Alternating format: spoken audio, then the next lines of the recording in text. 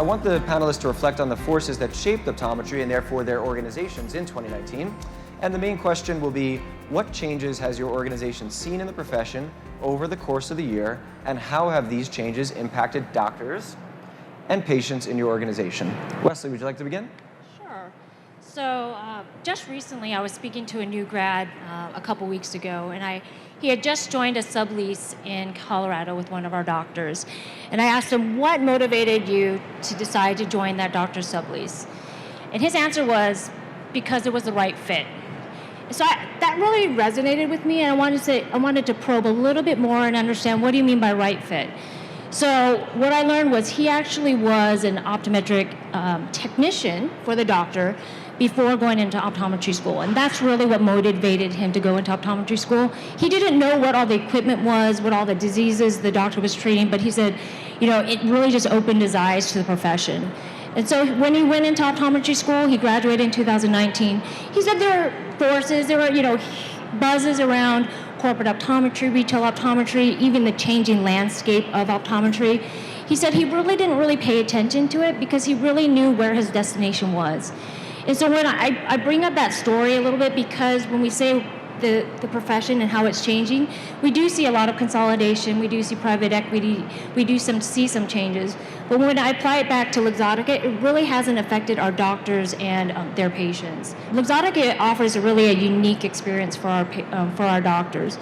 It allows them the opportunity to find a practice or find an opportunity that really aligns with their personal growth and professional goals. Whether it's wanting to run a sublease or even a franchise, we have opportunities all over the country for that as well. We also hear from some new grads or optometry students saying that they're not quite certain where they want to go, or maybe the confidence level to run a practice is really still lingering. So we also have opportunities to really be mentored by a doctor, work under another entity to really build up those skills. But again, we know that our career paths are not linear, that everything does change. And so really Luxottica offers that opportunity to grow within the opportunities, to be able to change and move within the different practice and modalities that they're being. So I followed it back with the doctor. Last thing I asked him was, well, do you ever think that you'll purchase a sublease or want to buy a sublease? And his answer was, I don't know. He said, but that's the reason why I joined Luxottica and work with Luxottica affiliated doctor, because I know that I do have other opportunities and that I'm not just pinned to one opportunity, and I have the support and I don't have to look outward. Got it. Yeah, so there's a lot of challenges and changes that are affecting not only the optometry profession in general, but healthcare. Some of those changes include access to care both in urban and rural markets all across the country. Insurances, public versus private, and shrinking reimbursement rates, state laws, regulations, and probably the hottest topic this year, which is remote medicine. So fortunately, National Vision has put ourselves in a position not only to survive, but to thrive in the current environment.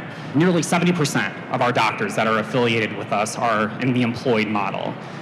So while a lot of these changes are affecting optometrists in general, most of our doctors are not being affected by these changes because they get to have National Vision as a buffer, so to speak.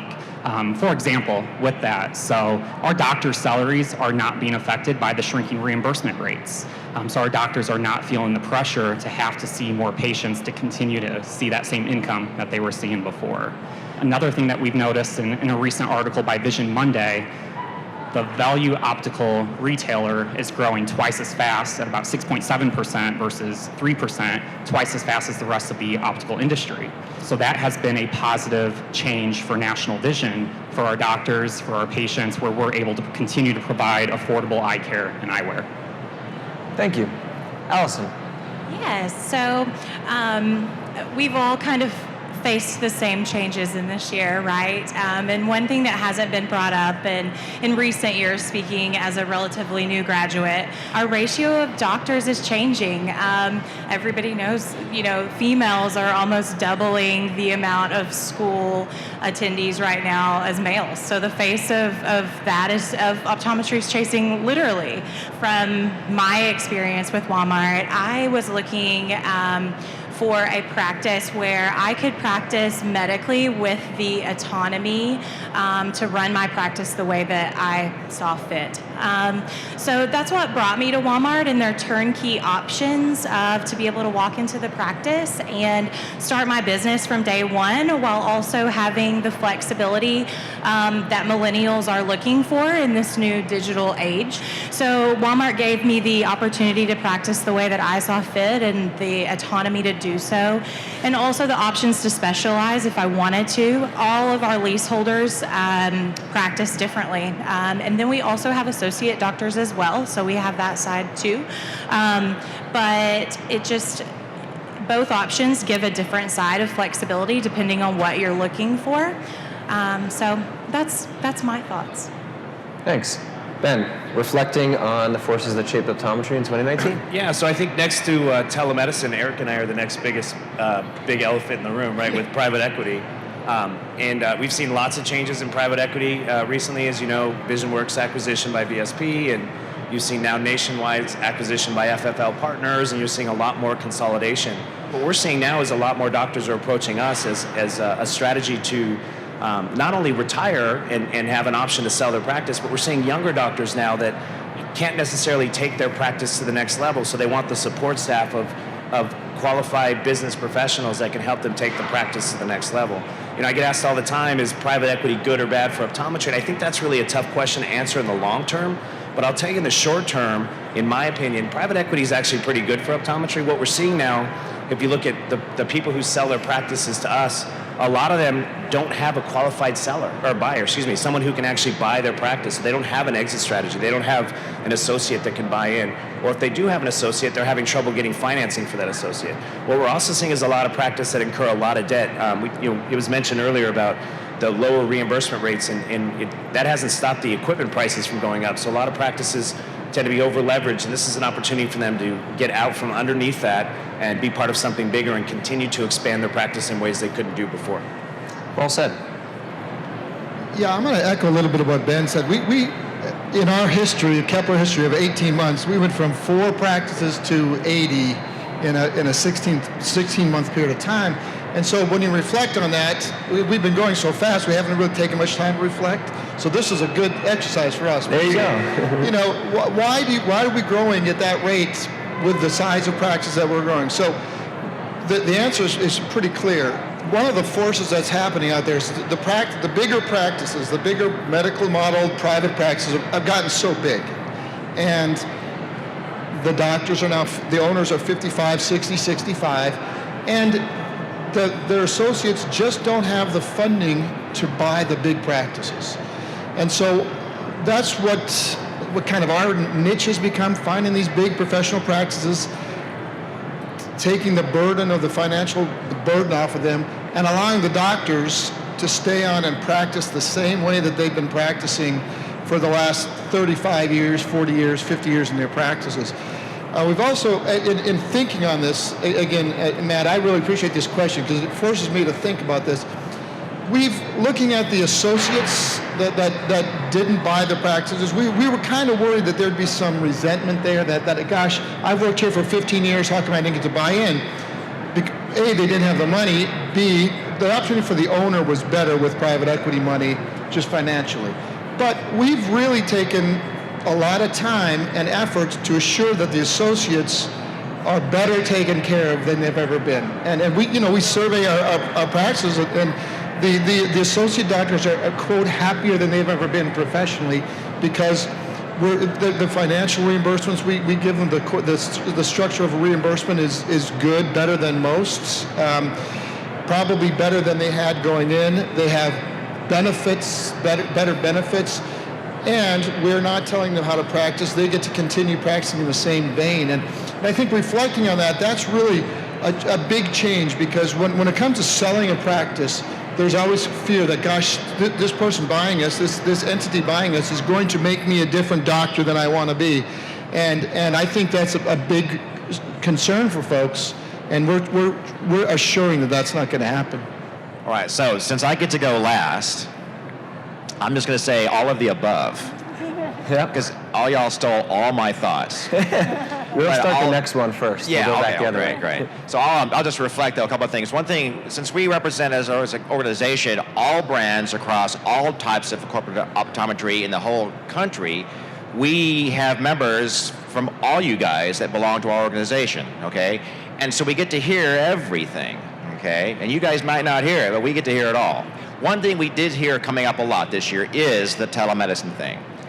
And it's not just a, oh goody, we get to do telemedicine. It's a, oh God, there's telemedicine. And that's an issue that we're going to help bridge people through. Because we don't think, and I've talked to all brand leaders about telemedicine, and they all are interested in it. And there's not a single one that says, no, we're not doing it. They're all going to say, we're not doing it yet, okay? And it's not a bad thing. It's not bad for corporate. A robot's not going to take your job. It's not going to happen. What's going to do is it's going to increase our availability to patients across the board. And that's where this thing is going to help us. We're going to broaden our scope of practices and our area or ability to practice, not be replaced by robots. I think that's the fear that is not true. So I think corporate optometry is going to lead the way. How many private practices, and Ben, you might know this from talking to them, are saying, we want to go whole hog into telemedicine? Not many, right? Right. The corporate optometry is going to lead the way into this and lead the way in a positive way for us to help us grow, not to replace us.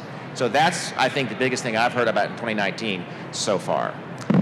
Some great insights from our panelists. I think, just the process of reflection is important because things come up, these issues in our industry come up, and it's important not to have your gut reaction, your first primary reaction, this is good, this is bad, this is this, this is that. You've got to think about the secondary, tertiary, on down the line. How do all of these things come together and mix? And so as these issues come up, keep an open mind, I'd say, and try to get to the source, right? What do the doctors actually think in their experience? So let's move on, and we'll begin, on down this way. So Thank for you. this next pillar, we're going to celebrate some of the success stories in 2019. And the reason I chose this particular topic is because before I got involved in the career landscape, I had my opinions on things were just kind of what everyone thought. It was kind of just the buzz. And then as I started getting into it, I started hearing stories of people that were really happy or unhappy about different modalities of practice or whatever it was. And I realized that what was going on underneath was very different than the way things were viewed on the surface. And so the reason I want to celebrate some of these success stories is to show that in many of these settings, at many of these locations, there are people who are just winning and super excited and having a ton of success. So let's celebrate some of the success stories, and perhaps, Maurice, you can speak on behalf of some of the entities that you guys work with. Absolutely. So as an organization, one of our major goals has always been to help our members grow the medical practice of their practices, because that's an area that we all have to grow in no matter what. So as we are uniquely qualified across all brands to grow medical practices through education, through buying opportunities, through networking, and knowing, here's how I do it. Oh, I should do it that way. You do it that way, I'll do it that way too. And that's how you grow ideas about medical practice. And so one of the major things we did in 2019, or the last 12 months almost, is nutrition. We've really gotten into the nutrition education side of it a lot. That's one thing that we can offer our patients. Now, if you think about nutrition, nutraceuticals for the macula, for dry eyes, for different things, you never know what you're getting. So the best products out there are really not on the store shelf. And we're trying to say the best products are ones you have to go directly and get them from the people who make them. And so we have those people come and do education, and doctors are learning, I can get my patients involved with that nutraceutical that helps their lives, it helps their dry eye, it helps their macula, it helps their overall health be better, and it changes their lives. So that when you talk about nutraceuticals or supplements to the patient, they're not expecting it from a corporate practice at all. And now you're talking about their health, not just their eyes. And all of a sudden, that corporate optometrist becomes their doctor in many ways. And especially in small towns, where there's maybe not a lot of that healthcare available, that is the go-to person. So we had a member in a small town in Georgia, and she went whole hog into the nutrition part of it and started telling all her patients about nutrition along with their eye exam. And she goes, now everyone in my whole county comes to me, not just for eye care, but for nutrition advice. Because it has changed my life and changed my practice. She goes, it's much more fun to go to work now because I get to do lots of nice things for people. So that's what we've seen in our organization really grow this last year. I love it. Dr. Schmidt? Yeah, so when we are talking to practices about buying them, always make a promise to them that we're going to help you become a better doctor. And one of the things we did that I think are really good stories, we partnered with the Optometric Glaucoma Society, the OGS, and set up a pilot program called Glaucoma 2020, using our doctors. Of course, they volunteered to do this. About a third of our doctors are in this program. It's basically a mentorship program where the thought leaders in optometric glaucoma are having webinars every month on different aspects of glaucoma, taking them all the way from the journey from diagnosis to treatment to progression to secondary. It's a 6-month program. And we went into it kind of wondering what kind of feedback we'd get from it. And the doctors that have been doing this have just absolutely loved this program. And so it was proof to us that, A, we can keep some of the promises we're making to our doctors about helping them become even better than they are. But also, we felt if we're buying the right type of practices and partnering with the right type of doctors, that stuff is going to help all that stuff's going to start bubbling up to the surface, and we'll be able to grow as an organization in many, many, many ways. So this program really proved to us that our doctors want to become better than they already are. And we're, the doctors we're partnering with are successful doctors. These are, $1.5 to $4 million practices that we acquire. We're going to take this program and expand it and partner with other groups on the retina side, on the dry eye side, and it just is a very personal way that these doctors feel that they're getting some mentorship on the glaucoma side that they weren't able to get before, when they were having to worry about Janie showing up for work or the associate doctor being on vacation for 2 weeks. So that's, I think, a really good success story. It's a feel-good story for us, and we're happy to share it. Yeah, medical optometry is certainly important to everyone out there. I won't do the show of hands thing because it'll just be everyone, but that's great to see those types of partnerships, and is essential, I think, in our small profession.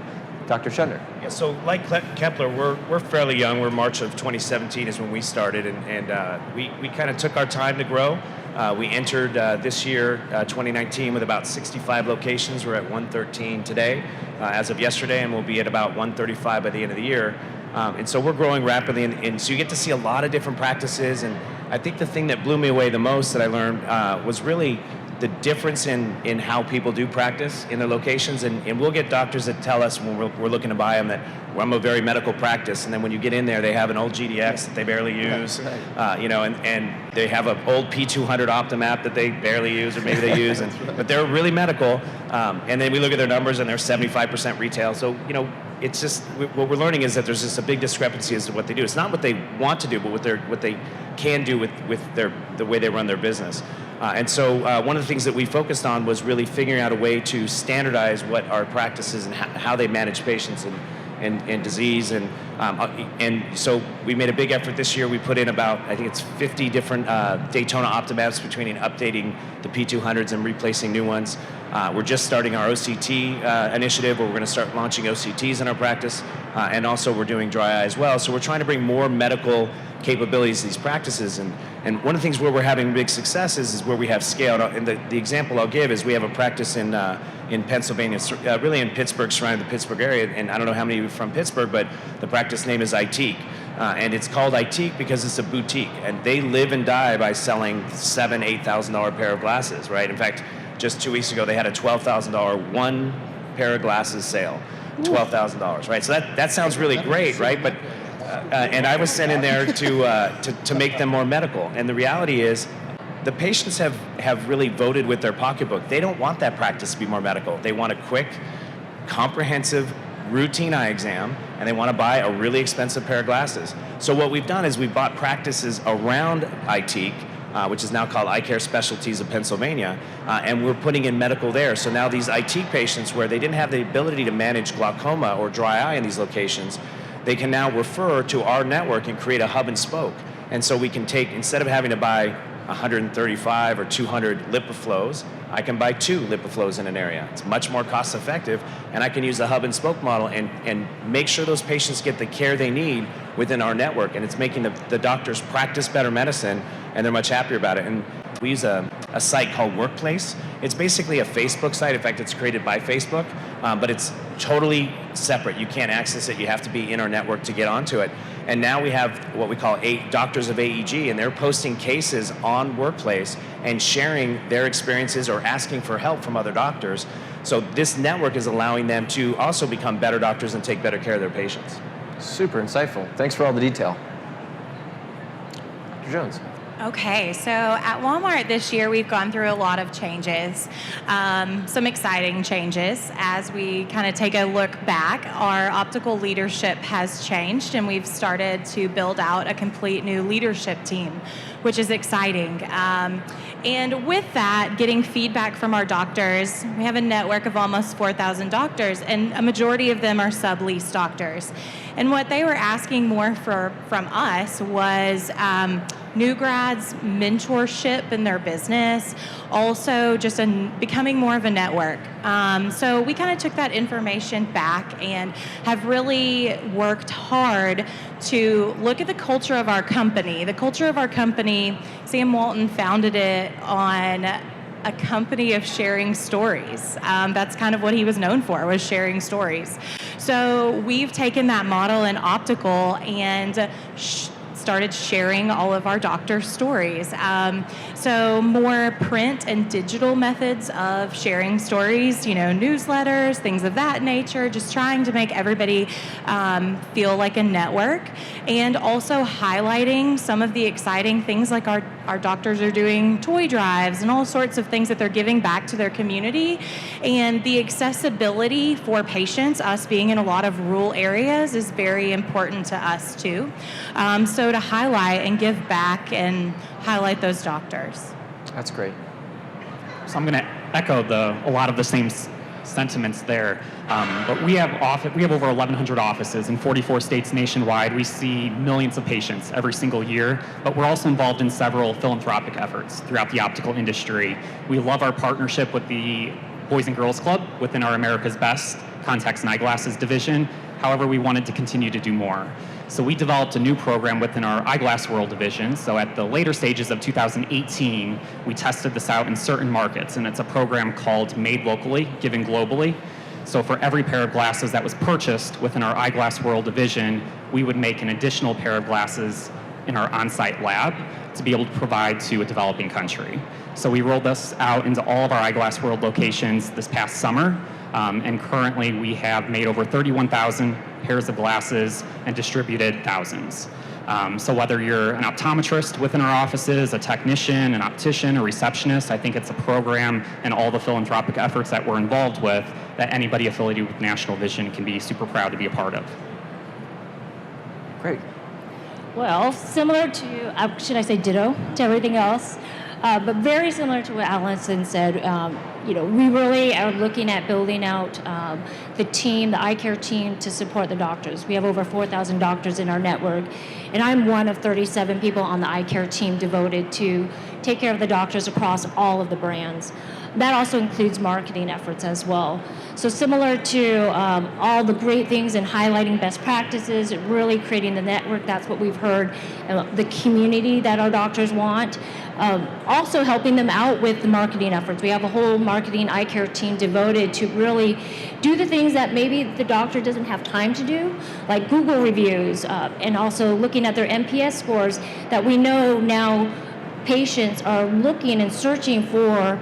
If they're looking for a new doctor, where are they going? They're going to Yelp, they're going to Google, looking up all these reviews, making sure that that doctor is equipped and being seen as the leader in their community.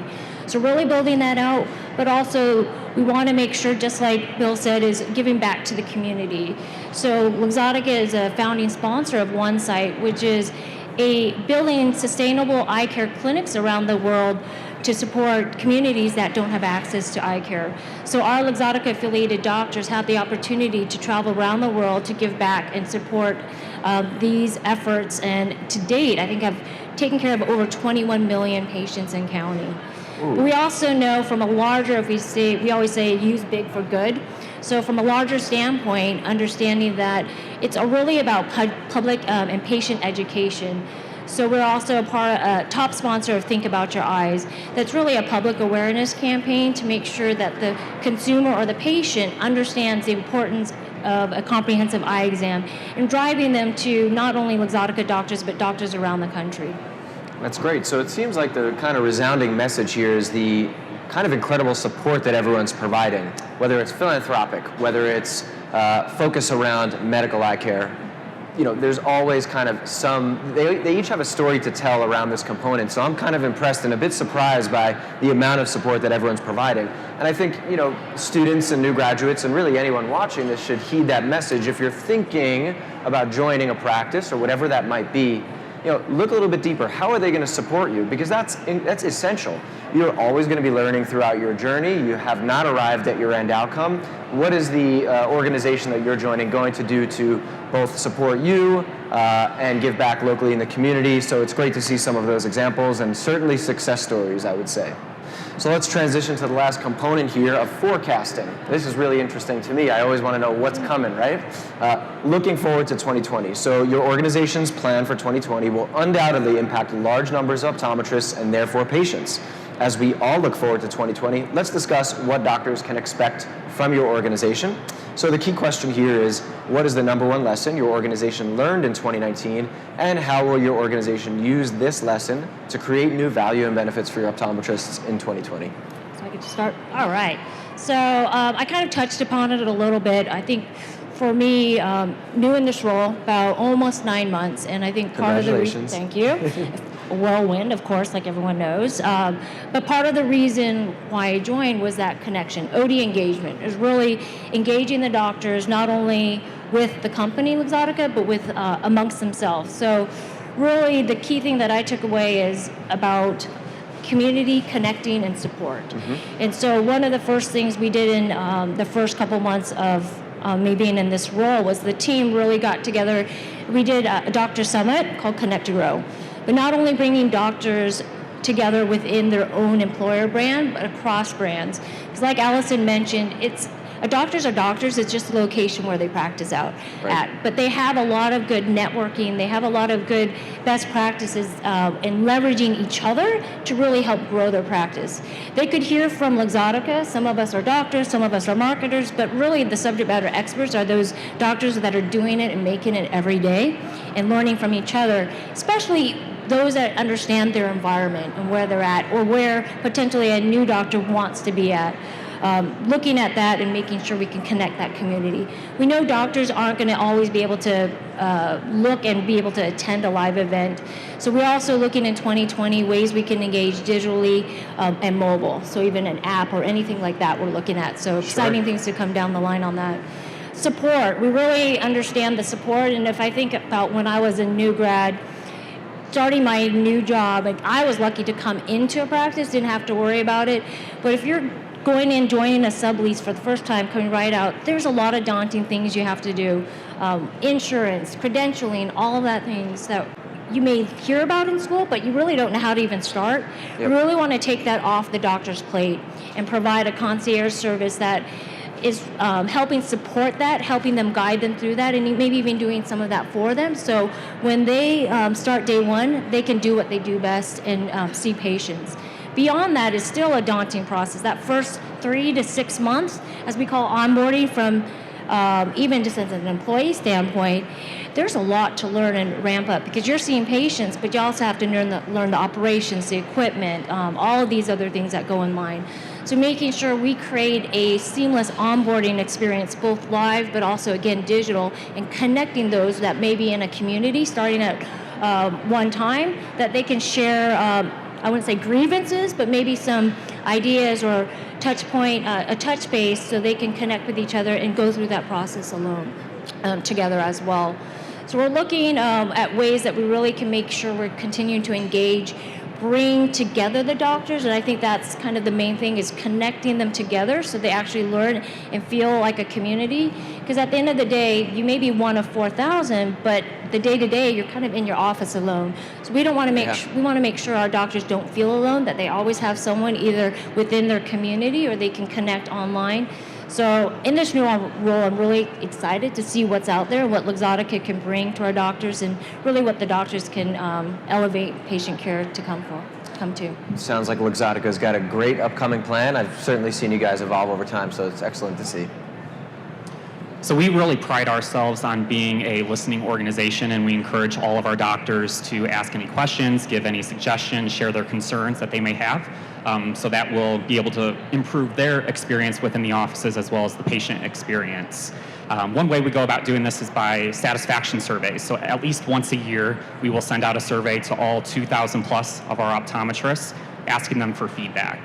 And one big takeaway from our survey from 2019 was that there is room for growth and improvement in the new grad experience during their first year of practice. So what we did this summer was developed a focus group at our corporate office where recent graduates came in, talked with our clinical leadership, talked with our independent practices, and we gathered information back from them, knowledge back from them on how we can continue to improve the new grad experience moving forward.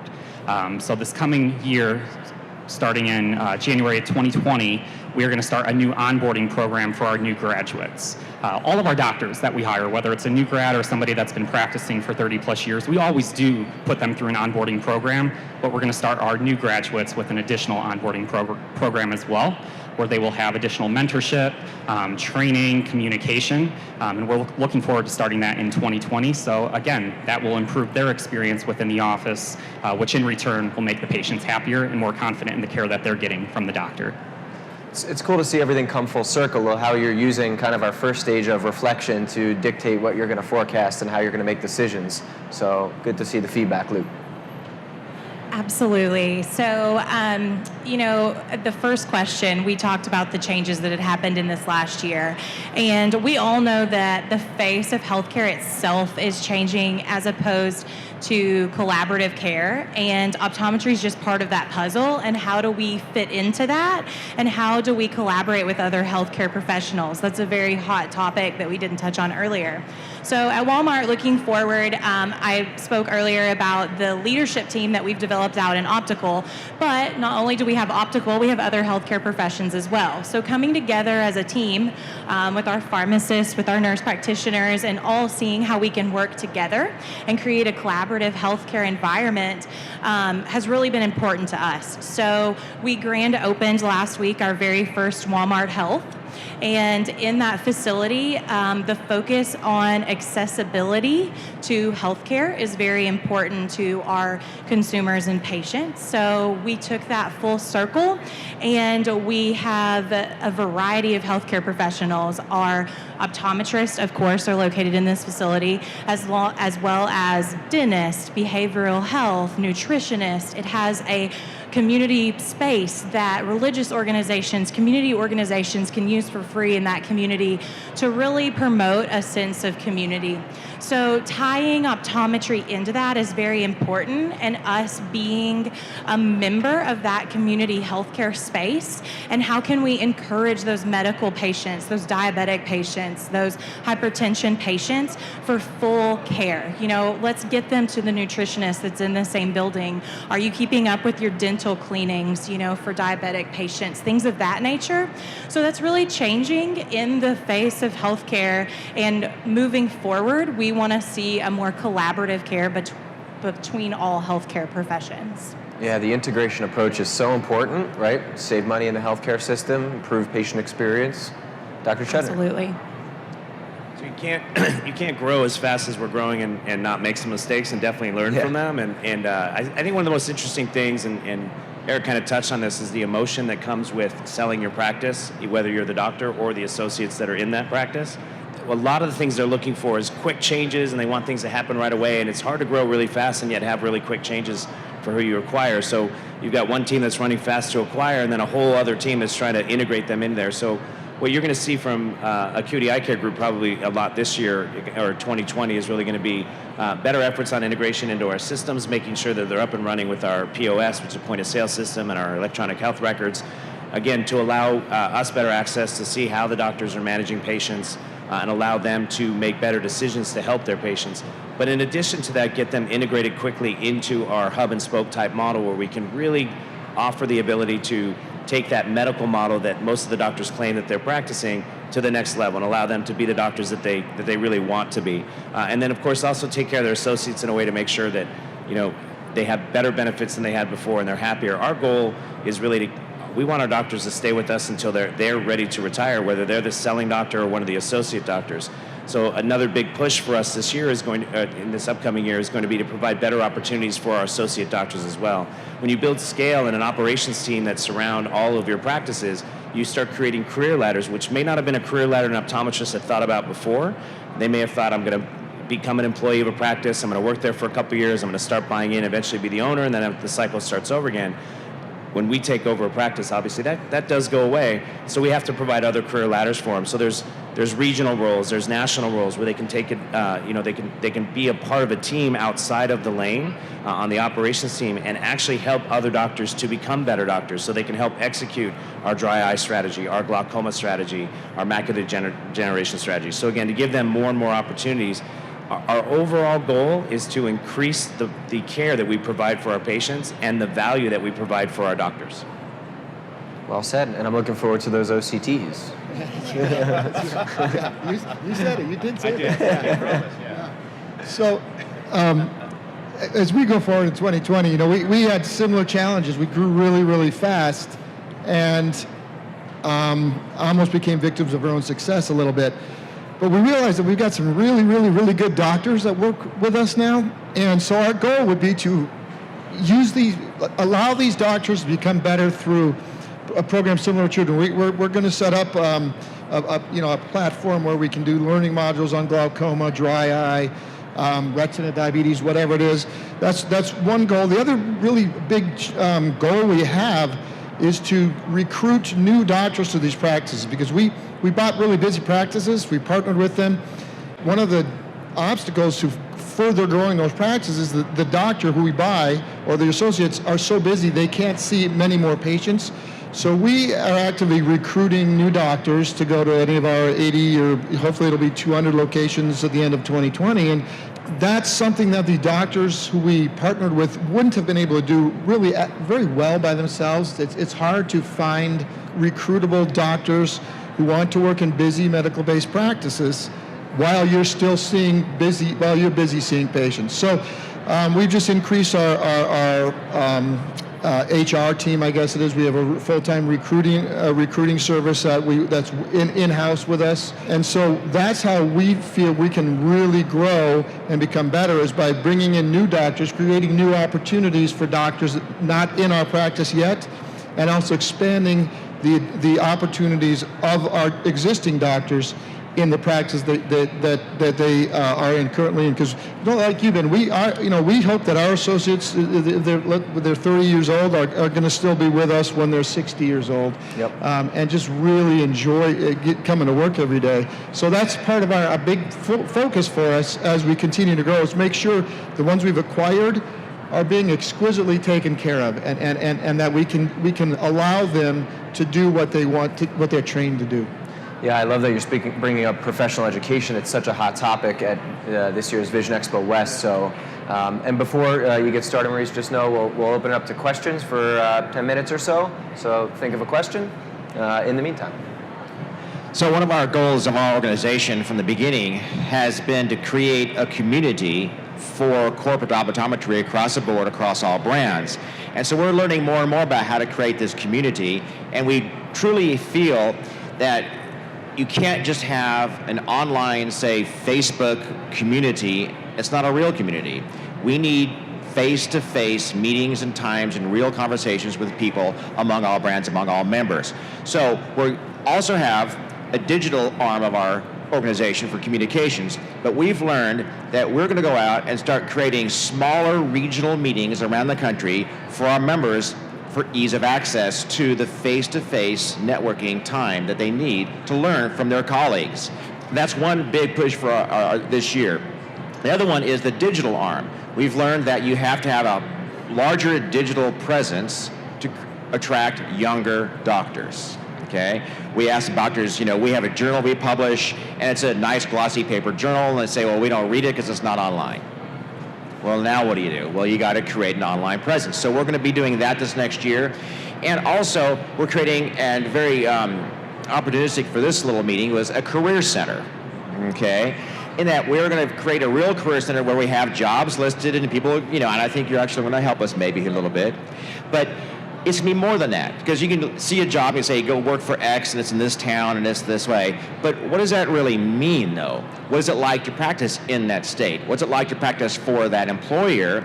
And so we're going to connect jobs and career centers with mentors, people who actually work or lease for those people, and you can email them if you're a member and connect with them and say, hey, what's it really like working for your guys, or working in that state or in that area, and what can you do and not do?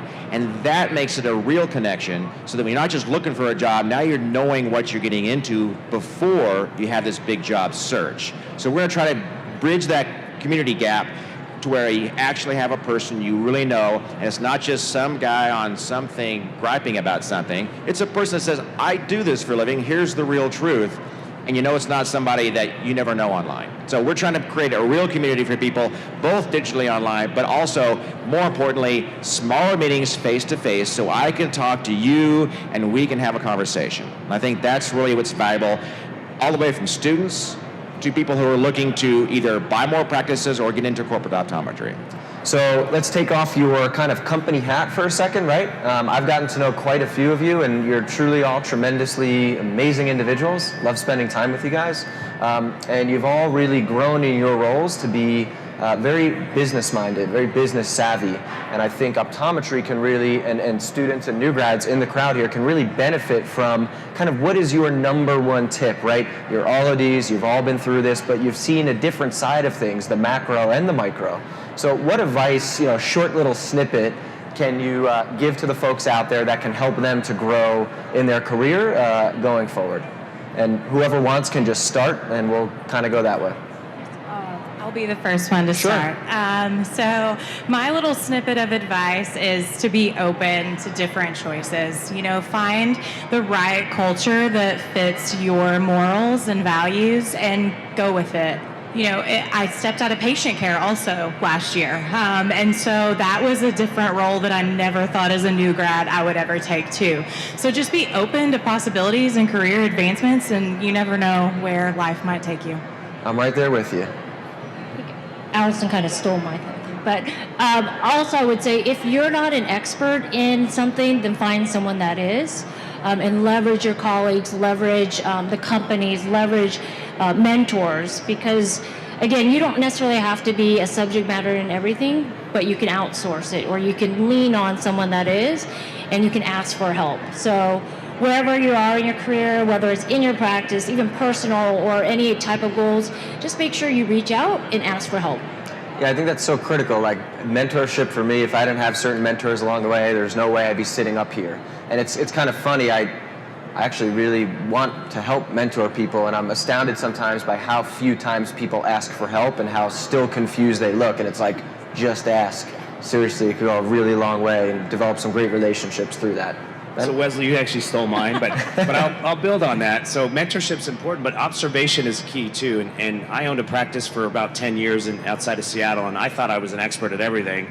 And then now that I've, in my various roles that I've had, I've observed thousands of practices. And if I knew then what I know now, I would have sold to private equity now instead of. But I mean, the bottom line is observation. I think you're never too good to learn. And I think mentorship is key. Is find people that there's always going to be someone that knows more than you or does something better than you. And my advice is go out and find those people. And what I found about optometry, what I love about being an optometrist and being part of this profession is it's a great group of people. I mean, we're all competitors in some way, but most of us, some of us know each other for a long time. We're all friends and we'll all help each other. And there isn't a day go by that I don't get a request from a competitor to have a conversation just about whatever it may be. So take advantage of it, even if it's someone down the street from you. Doctors in general, optometrists in general, I think tend to be very friendly and like to educate people, and just take advantage of that. Yeah. Next.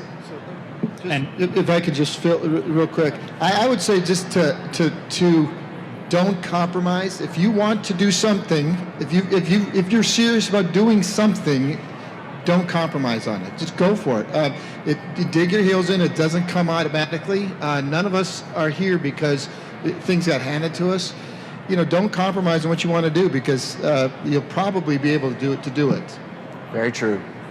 And my answer is going to be geared towards the students. I know we have a lot of students in attendance here, but I put myself in your shoes. I was in your shoes 8-9 years ago. But make sure you're keeping your options open. Look at all of your different options when you're in school. There's so many different options that you can do. Go in private practice, corporate, working in academia, a VA hospital. There's so many different options. So the more knowledge that you're able to gain while you're in school, the better you're going to be able to make a decision after that time period on what's going to be best for you. So nobody has to work the job except for you.